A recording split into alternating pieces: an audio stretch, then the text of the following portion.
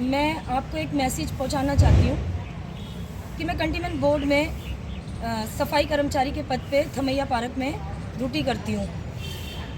शुक्रवार मतलब फ्राइडे के दिन जब बारिश हुई तो मैं ऑन ड्यूटी थी और अकेली थी।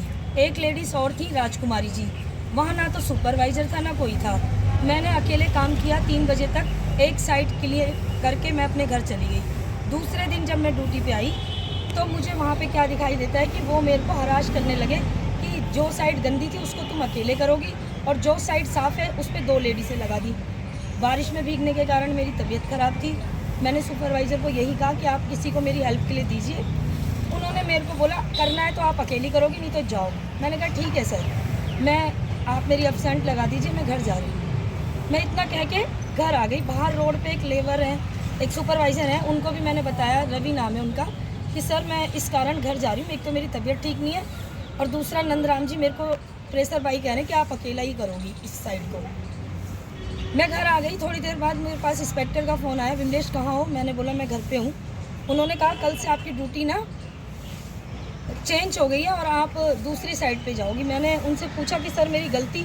उन्होंने कुछ भी नहीं बताया।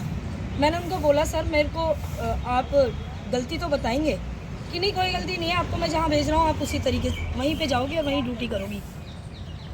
जब मैंने देखा कि मुझे हर बार अपमानित किया जाता है और मेरी बात को सुना ही नहीं जाता है, तब मैंने अज्ञानी जी को फ़ोन किया। वो हमारे समाज के व्यक्ति हैं।